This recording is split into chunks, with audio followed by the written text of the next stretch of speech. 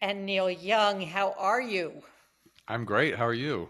Well, I'm fabulous, Neil. I'm on Martha's Vineyard, and we're waiting for Governor Ron DeSantis of Florida to trick more innocent people onto an airplane and send them here where they can be treated well by the local people. It's about this time last year that he pulled that little stunt.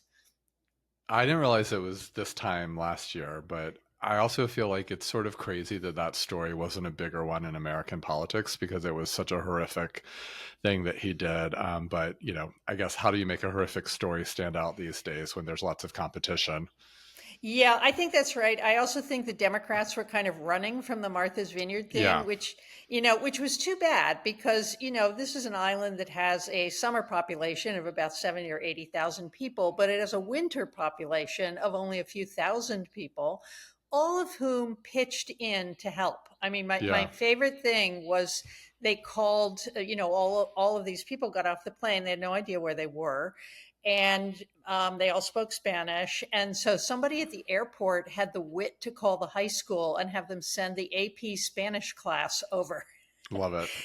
I know. So all these kids showed up and they spent a couple days doing interpreting, as everyone was getting housed and fed and then sent on to where they needed to be. So it's a really sweet place, but I think the Republicans really got to define that one, and it's too bad. Yeah. Um, so, Neil, it's 59 days until the election. I think some people in the United States will start casting votes as early as late this week, isn't it? Yeah, I think so. We'll certainly be doing it fairly soon here in California. Yeah. And we will come home to our home in Northampton and find absentee ballots waiting for us. I want to say to viewers, it's not a bad idea to vote by mail or by absentee, because that means if you are volunteering the day of the election, either at home or in another state, a swing state, that's the key phrase for today. You can devote yourself to working for the candidate of your choice, and not worry about not voting yourself. So let's have a little wrap up.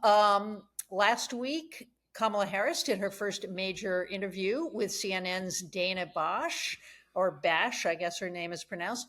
Um, it went okay. Somebody described it as like a first round match at the US Open, that you just want to be careful and you don't want to lose it. Hmm.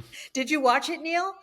I did, and I think that that's a good description of what happened. Didn't hurt herself or her standing. I think is, no unforced errors, right? To continue the tennis metaphors here, but not necessarily a grand slam victory either. But I think that it sort of speaks to the cautiousness with which I think a lot of the Harris campaign is operating, of just sort of let's not rock the boat too much and just keep moving ahead. I just don't know if she's able to get away with this in terms of not any more major interviews going forward. What do you think? I think she won't be able to, and I think she's going to have to create space for more walk and talks, more Uh-huh. gaggles, in which she's doing more than buying cookies in a Right. local store, which she's really good at, those very informal, small business kind of things. I'm buying a souvenir for Doug and so on. But I think she's going to have to do a little more revealing, conversations with reporters. I agree, and I think like those videos are so charming and I really enjoyed them at first, but now it feels like the only contact we're getting with her, and and each of them feels to me less successful because it's like it's just another, right, it's a new barbecue restaurant or a new pie Right. store. And if it were coupled with a handful of interviews of a different variety, I think it would sort of round her out and round the campaign out. But I think it risks veering into almost parody at some point if all she does is go into like one more ice cream store. Yeah, I agree with you. And I think one of the things Hillary Clinton was very good at was doing these sort of surprise drop ins with Yeah. Rachel Maddow. And even if it's just MSNBC, which we know is not a hostile environment to Democrats at all, if Kamala were to show up on Joy Reid by surprise, or one of those shows, and begin to do a little more spontaneous hardball politics, Hmm. I think that would be really good at this point. I agree with you. So it looks like the Republican Party is also celebrating back to school by revving up election fraud claims. Yep. The New York Times reports that Republican activists are mobilizing around a variety of false theories about non citizen voting. The New York Times has compared the kinds of strategies they're contemplating as similar to forms of voter intimidation that were common in the Jim Crow era. You read that article, Neil. What do you think? Well, I don't know about the historical analogy there, but I do think that this is very concerning. I'm seeing this really play out on social media and just the sort of conspiratorial thinking that's become, I mean, I think it's like the overwhelming content of, this platform we now refer to as X, and probably it's only going to get bigger. And I think it's a way of just, it's a part of a bigger project of undermining American democracy. But to see Republican operatives and Republican Party officials really participating in this and spearheading it, it's a very concerning thing, and I think it's certainly even if it's not a direct comparison to the stuff of the Jim Crow era, I think it's worth thinking about the points of connection there. Yeah, and I guess, of course, the Jim Crow era, people were actually physically intimidated from Right. voting. And what some Republicans are contemplating are, putting up signs that say, if you come to vote, you could be arrested and Yeah. convicted of another crime. And of course, this has been going on for years. Yeah. And, I think the fact that we're seeing it in the New York Times, and the fact that institutes like the Heritage Foundation are openly contemplating this kind of thing, really shows that the kind of tactics that were typical of Roger Stone and Lee Atwater. Lee Atwater was the political consultant who masterminded the George H.W. Bush campaign. Roger Stone was active in the 2000 election, the so called Brooks Brothers riot. We're seeing what were sort of fringe tactics that you tried to keep undercover have really moved to the center of political strategy, right? Yeah, absolutely. And sort of the openness of it, I think, marks a new era. Um, it's very chilling, and I think it's not. I think it's in a lot of ways just the opening round of this, and certainly a Trump victory. Well, actually, I think a Trump victory or a Trump defeat um, maybe exacerbates this all the more. I mean, I think in some ways it almost doesn't matter what the direct result of the election is in terms of Republican operations going forward, but I don't think it's a good sign. Right, right. Okay, so we're going to keep our eye on that. The final news of the week is that we finally learned where Barron Trump, the youngest child of the president, is going to college. He'll be going to NYU, which is about 3 blocks from my home in New York. So I'm really not happy about this. It's like what we need is motorcades coming down Fifth Avenue. Yeah. That's exactly what my neighborhood has lacked up until now. Neil, I just want to ask you, since we're both former college professors, why do you think they kept it under wraps where Barron was going to school for so long? I'm very curious about that as well because there was not that typical announcement in the spring, and Trump was asked about it a couple times and clearly had no idea what was going on there, and Right. probably no interest.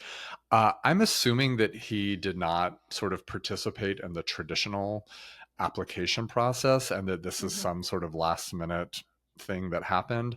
I'm also curious to know, I haven't read any of the articles about this because honestly, I don't care, but I'm curious to know which school he's going to at NYU because there are definitely very different schools there, and some of them have sort of a very late admissions process, or even sort of like a non-traditional approach, and I'm assuming he's going to one of those, but also this choice doesn't make any sense to me. Like Barron Trump at NYU, I it doesn't add up.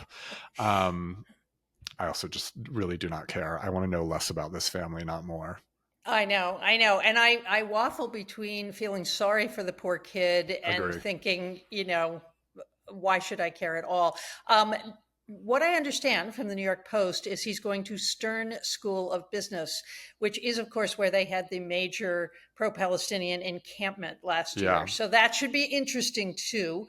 Um, and yes, I agree with you. Part of what I understand is that there are certain kinds of universities that are good at handling celebrity children and Yes. certain ones that, really have no experience with it. NYU, I think, does have a lot of experience with it. And of course, the kid will not be living in a dorm. He will be living in Trump Tower with his mama. Yeah. So don't expect raucous frat parties anytime soon.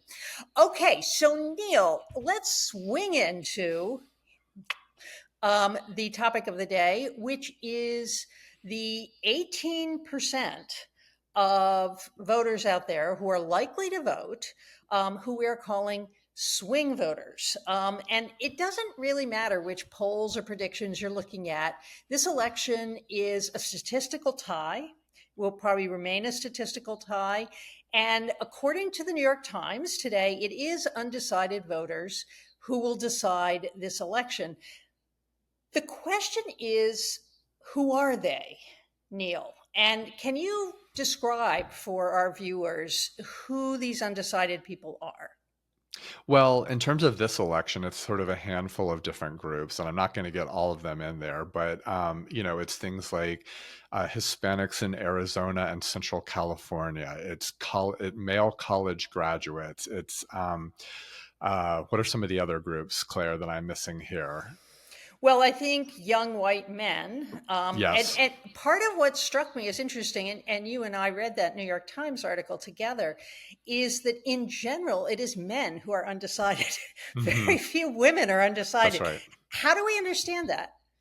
Well, I think that one way to understand it is how decided women are about the candidates in this election. Yeah, And I think that there is obviously well, what's interesting here is that there's more undecided voters now that it's Harris versus Trump, that this is a right, demographic that grew, and it wasn't the case when it was Biden versus Trump. And so I think that's sort of interesting, right? That right, actually, if so many of these undecided voters are men, there are more of them now that there is actually a woman in the race. So right. I think it speaks to what we already know, that there is a large number of Americans who have voted for Trump, who have been like open to voting for him, who do not like him and who have Right. looked for reasons not to vote for him. And Harris, as a new candidate, puts more of those voters in play. How they ultimately break, I'm not sure if it's a very different result than what we would have seen before. But the fact that more of them are in play is obviously significant. Yeah. And one of the things we also know about undecided voters is some people say they're moderate, but actually they kind of lean conservative. So, what is that about? Well, I found that so fascinating because I think that there's something there at work here in identity, right? Like there's just Hmm. something, and I think this also works with people who describe themselves as independents, Right. and that there's notions of like a sort of moderate temperament, a moderate politics, which Right. actually doesn't bear out when you get to voting results or policy positions. I think in some ways it might also be a factor of a historical legacy in this country where calling yourself conservative um, isn't necessarily a good thing in a lot of Hmm. communities. I think that's less the case today than it was, in the last couple of years and certainly over the last 20 years. But I think that that might be part of the shape of that, a shaper of this, is it's sort of easier for a lot of people in certain communities, in certain regions, in certain neighborhoods to describe themselves as independent, describe themselves as moderate, when in fact what they are is more conservative. That's really interesting. I was thinking about that too in relation to two things. One is that apparently the vast majority of these undecided men are also non-college. Yeah. And that is a group that has been targeted and cultivated by MAGA. It's something that I actually think we need to think about as a society. Is there some relationship between not having an education beyond high school and perhaps not having done very well in high school at all, and that being part of not going on to college, and not actually having the information you need? So that some of these voters are sort of struggling with the fact that Trump is old and Uh-huh. Trump is incoherent and he doesn't really have a thought that he can string together. And they don't really know what to make of that, but they don't really want to vote for a woman and they don't really want to vote for a liberal. So, yeah, what do you think? Well, yes, and I would say I think there's aspect of this particular demographic's lives that don't necessarily neatly fit them into our two political categories as our two political parties as Right, they're now constituted today. So, right, again, with uh, these high school graduate um, white men that we're talking about, they tend to show actually much more socially conservative views, but I think they also are really open to a lot of economic views that we would see as more populist. And many of them have jobs that tie them to unions and things like that. right, So I think that the politics here get a little bit, they don't sort of line up neatly with the way that the political parties are now constituted. And so I think they can get sort of pulled in different directions depending on what messages they're getting, what sort of arguments resonate with them right now, what issues are forefront for them, and also the way that the media presents those arguments issues to them. right. Well, and of course, the Harris campaign is also wooing Republican voters, dissatisfied Republican voters who Yeah. really didn't want to vote for Trump. Some of them are what we might call Haley Republicans. And there were a lot of them that, upwards of 20% in a lot of the primaries. So they're wooing them. But do they count as part of the undecided group? Well, can I sort of like step back a little bit and say, Sure. not to turn this into a graduate school seminar, but like, I wonder if we could sort of define our terms here. Because one of the things Right. I found really interesting in reading the pieces that we read, which were, New York Times, NPR stuff, was the way in which a swing voter and undecided voter were used interchangeably. Mm-hmm. And that actually surprised me and it stuck out to me because I did Yeah. not think of those as one and the same.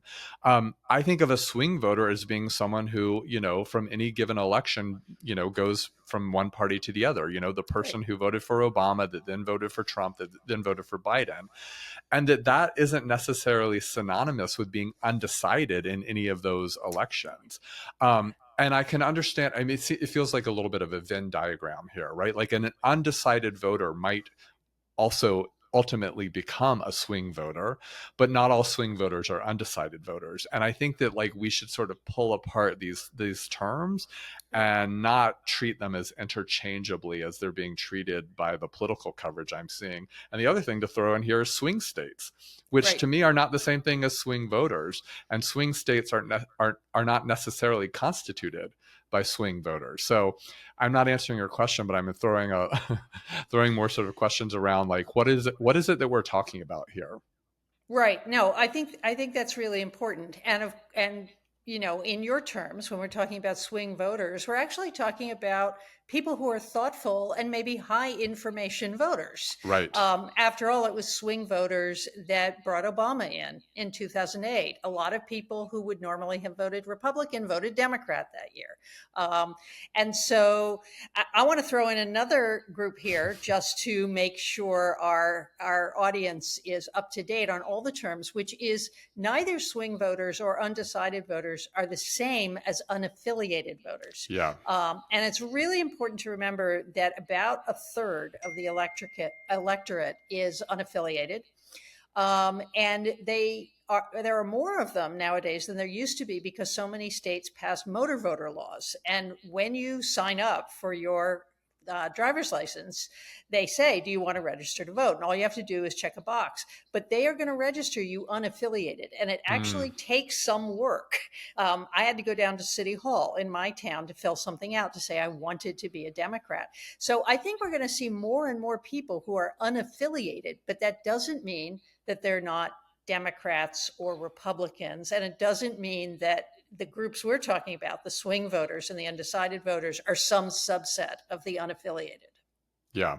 And I think that also that just plays into, new challenges with sort of political prediction making, the sort of old models of doing that that tied a lot to voter registration numbers and things like that just don't work as well, for the models moving forward. Yeah, I think that's right. Now, I want to throw another little wrench into all of this, which is the question of ticket splitting. Hmm. And ticket splitting actually used to be quite common. And as we have become a more polarized nation, more and more people, as they say, pull the Democratic lever. Nobody uses a lever anymore, but we used to.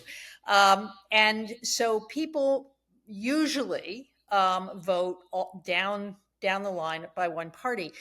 That's starting to change again. And while none of the things we read for this week pointed to this, one of the things I wondered is how the abortion referenda are going to play with ticket splitting.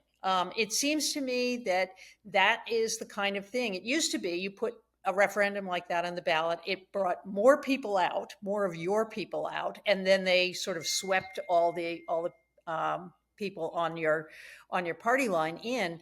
Nowadays, with 70% of the nation believing that abortion should be legal, as per Roe, um, there aren't 70% of people who are going to vote Democratic because they're there to vote for an abortion referendum, right?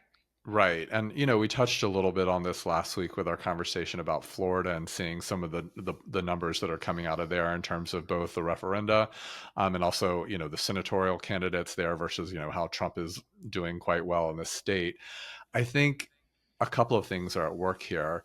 Abortion obviously is a huge part of this, and just the way it's driving up numbers, but not in the way that I think Republican strategists would have predicted for the last half century. Mhm. But also how it's not necessarily bringing about, well, this is what you just said, it's not bringing about a Democratic landslide. But I think the question is, like, which Democrats does it help? And I do think in a lot of states it will help Democratic congressional candidates, senatorial candidates, but not necessarily Harris. And that's going to be Right. something that'll be really interesting to sort of parse once we have all those numbers in. And then I think it's a little bit of a question, are like, who's benefiting here? And I imagine it's Right. the incumbents that are benefiting. Mhm. Name recognition, popular senators who are Democrats in red states, they're going to get reelected. Trump's going to win. And also, a pro choice referenda is going to pass. Mhm. I think that that is a very predictable outcome in a lot of states. Yeah, I think that's true. And, one of the things I noticed on one of the charts in the Times article that we're going to link to is that undecided voters or swing voters, um, the cultural issues that the Republican Party is pushing are dramatically low on their list of concerns. I mean, Yeah. actually, across the board, swing voters, Republicans, and Democrats care about the economy. They care about immigration. They care, but even guns. I mean, I would have expected to see guns come much higher on the swing voters and the Democrats list, and it's down at about 2% of people saying Mm, that's their top issue. Um, and yet, the Republican Party continues to hammer voters with cultural issues. yeah. Uh, so, what is that about, do you think? It just seems to me this holdover of a strategy that worked for a long time, but when we had a different sort of political environment, which was you turn out the base and you rile up the base. And Hmm. if so many people, if the growing kind of portion of the American electorate are these unaffiliated persons or these undecided voters or these swing voters or some combination thereof, isn't the motivation and the strategy there to turn that cohort, that demographic to your side? Right. And these cultural issues are not the ones that are going to do it. But it just seems like Republican strategy is still tied to, what has been historically successful for it, which is like rile up the base and motivate those to get to the polls. It's just in a changing country, those Yeah. cultural issues just don't play the same way. Yeah, I think that's right. All right, Neil, we're going to switch gears a little bit. And I think we can agree that maybe next week we're going to be talking about the debate Yeah. because we have that debate coming up and the timing will be perfect for the two of us. Thank you so much to the campaigns for doing that. Um, but what do you want to go viral this week?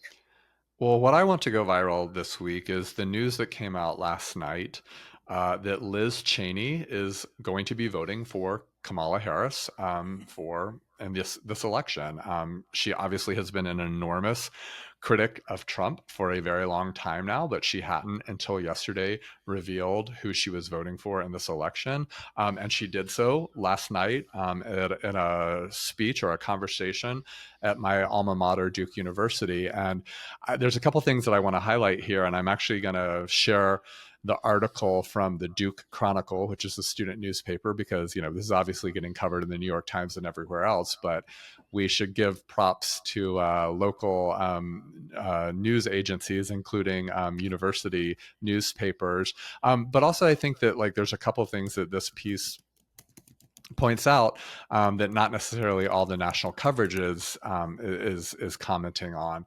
One thing is, well, and this is very much tied to our conversation this week. I just want to read to you what Liz Cheney said in her announcement at Duke last night. She said, "Because we are here in North Carolina, I think it is crucially important for people to recognize that Trump poses something that should prevent people from voting for him.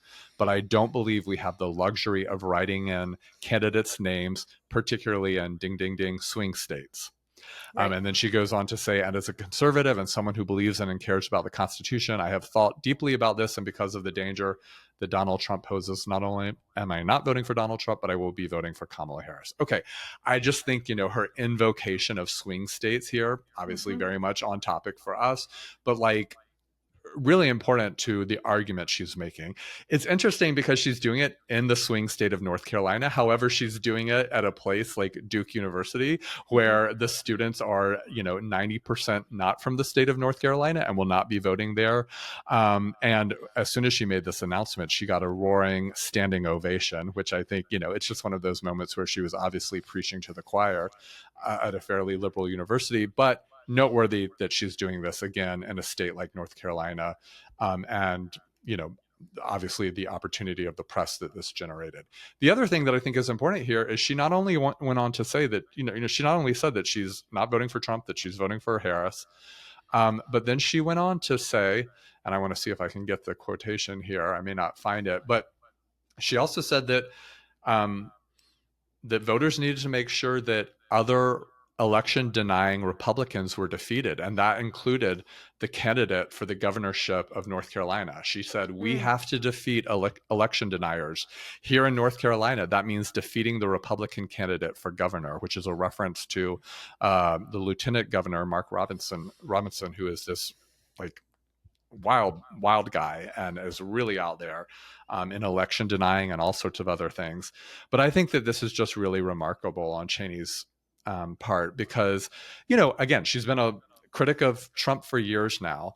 But I think now she's really become a critic of the entire Republican Party. And she said in her talk last night that she did not know if the Republican Party itself could be reformed.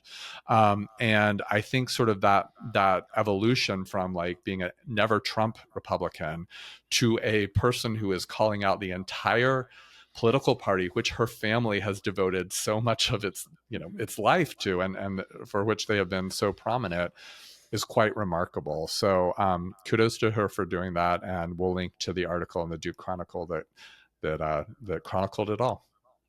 Yeah. Thank you so much for bringing that up.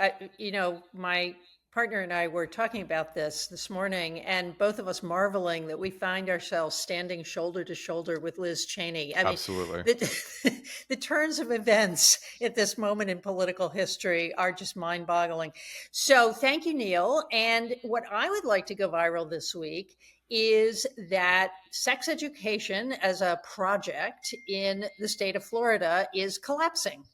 Hmm. So we all know that laws were passed in North Carolina mandating that sex education had to be narrowed down, that young people could be taught that there were only two sexes, male and female, um, that sex should only happen between a man and a woman, and that monogamous marriage was the best way for people to conduct a sex life, and that until you were in a monogamous marriage, you should abstain from all sex. Now, all this is all pieces of the puzzle that have been coming together for a long time, and I would like to point out that being against sex education is possibly one of the earliest elements of the conservative revolt against the Republican Party that occurred in the 1960s. Phyllis Schlafly, for example, was totally against sex education.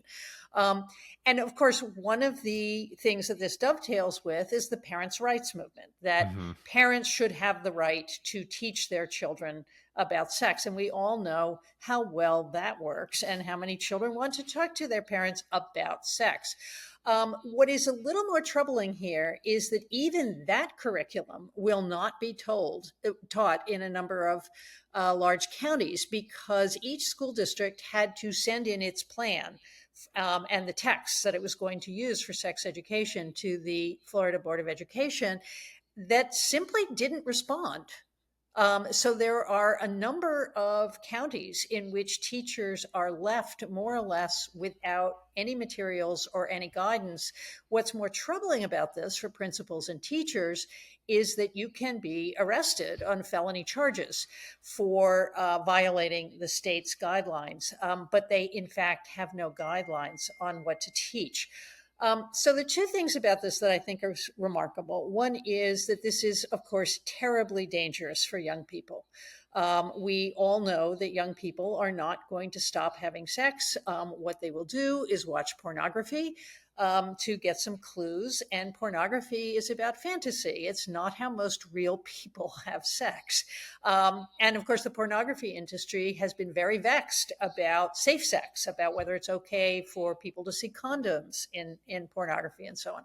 So that's one problem. And I am predicting a spike, not just in pregnancy, in a state with a 6 week ban in place, but a spike in venereal disease among the young. And I, in a lot of ways, worry about that as much or more as I worry about pregnancy. The other thing that I think is troubling about this, and this is also a long term far right project, is that the State Board of Education simply did not respond. And of Yeah. course, this is the project, is to get the state out of the business of education. So you will Hmm. have all these laws, but there's actually no guidance about how to comply with them. And this strikes me as something to worry about very, very much in a Trump administration that promises to get rid of the Department of Education. And you know, sex education is really important. I mean, there was a time in this country in the 1950s when sex education was in the curriculum because even conservatives thought that marriages would be happier if young people knew how to have sex. Hmm. Um, and so this is very troubling to me. I would really like people to be talking about it more, because Florida is not the only state in which knowledge about sex and sexuality are being withheld from the young. Yeah, I mean, it's wild news. It's also in keeping with everything else we've seen, happening in that state, my home state, as we talked about last week, in recent years. And I think that, we sort of touched on this last week. I'm waiting for the moment where Floridians really wake up and realize everything that's going on. Right. And they've been doing that in different ways here and there, but it's been very piecemeal, I feel like. And the sort of collective awareness of the bigger project that's at work in Florida, and what citizens there need to do to stop it, that we just still haven't had that moment yet. And I don't really understand it, because I don't think any of these measures are actually popular when they're Right. introduced to voters. But obviously, again, as we talked about last week, you've got a Republican governor and a super majority in the Florida legislature, and they're doing what they want.